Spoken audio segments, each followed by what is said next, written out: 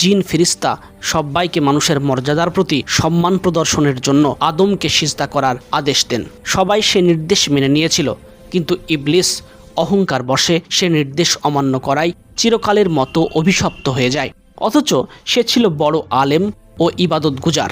সে কারণে জিন জাতির হওয়া সত্ত্বেও সে ফেরেশতাদের সঙ্গে বসবাস করার অনুমতি পেয়েছিল ও তাদের নেতা হয়েছিল।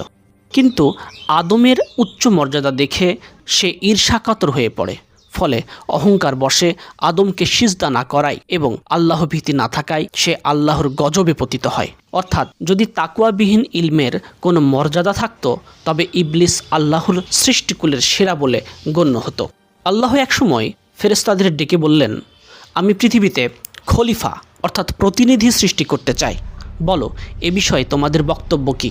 তারা বলল, হে আল্লাহ, আপনি কি পৃথিবীতে এমন কাউকে আবাদ করতে চান যারা গিয়ে সেখানে ফাসাদ সৃষ্টি করবে ও রক্তপাত ঘটাবে? অথচ আমরা সর্বদা আপনার হুকুম পালনে এবং আপনার গুণগান ও পবিত্রতা বর্ণনায় রত আছি। এখানে ফেরেশতাদের উক্ত বক্তব্য আপত্তির জন্য ছিল না, বরং জানার জন্য ছিল। আল্লাহ বললেন, আমি যা জানি তোমরা তা জানো না।